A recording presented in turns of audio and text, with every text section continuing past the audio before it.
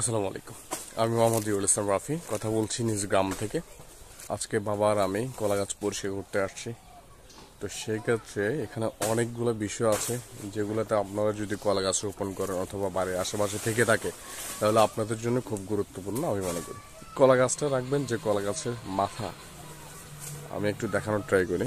এই দেখেন, এই মাথাটা যদি মোটা থাকে তাহলে বুঝবেন যে কলা গাছের ফলনটা ভালো হবে। দেখেন, এই দেখেন যে কলা গাছের ফলন বের হয়েছে, কত মোটা এবং কত তরল তাজা, একদম তরতাজা মনে হচ্ছে। এই কলা গাছটা মাথাটা দেখেন, তেমন একটা মোটা না, চিকন। তো আমরা এটা কেটে ফেলে দিব, কারণ হচ্ছে যে এটা থাকা মানে আমাদের জন্য লোকসান, আমাদের জন্য লস। তার কারণ হচ্ছে এটা আশেপাশে যদি কোনো কলা গাছ বাচ্চা থেকে থাকে, মানে ছোট এরকম এরকম এরকম বাচ্চা থেকে থাকে, তাহলে তারও অবশ্যই ক্ষতি হওয়ার সম্ভাবনা রয়েছে, কারণ এটা শক্তি ফেলবে, বড় হবে ঠিকই কিন্তু ফলন দিবে না। আমি আরেকটা জিনিস দেখাই আপনাদেরকে।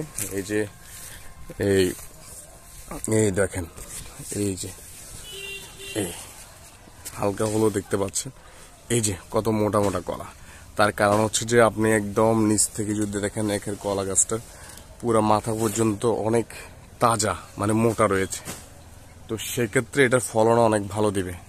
তো আপনারা চিন্তা করবেন যে আশেপাশে এই যে হিবিজিবি হয়ে আছে, একটা দুইটা তিনটা চারটা পাঁচটা ছয়টা সাতটা, একসাথে সাতটা কলা গাছের, সেক্ষেত্রে চেষ্টা করবেন যে কি একসাথে না রাখার জন্য, একসাথে না রেখে দুই দুই একটা খালি খালি জায়গা রেখে মানে কলা গাছগুলো রাখার জন্য। কারণ হচ্ছে যে এগুলা যদি বংশ বিস্তার করে অনেকগুলোই দেয়, তো চেষ্টা করবেন যে কম রাখার জন্য। কম রাখলে শক্তি বেশি পায়।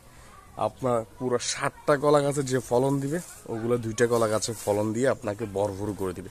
তো সেক্ষেত্রে খুবই সতর্ক।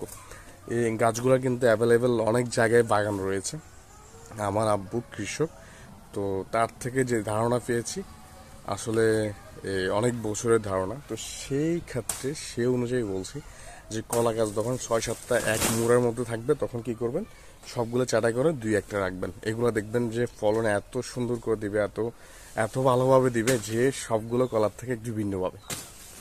তো এটাও একটা এক্সপিরিয়েন্স আমি আমার বাবা থেকে নিয়েছি। এই যে দেখেন কত সুন্দর, এই যে এটা আস্তে আস্তে আস্তে আস্তে এটা কিন্তু হবে, আগে পরে কিন্তু কলা গাছটা কলা কিন্তু অনেক ধরবে, অনেক অনেক ধরবে। তো আপনারা যারা আছেন, যারা কলা চাষ করেন অথবা কলা গাছের বাগান রয়েছে, খুবই সতর্কভাবে করবেন, ইনশাআল্লাহ আপনারা সাকসেস হবেন। ভালো থাকবেন। আসসালামু আলাইকুম, টাটা।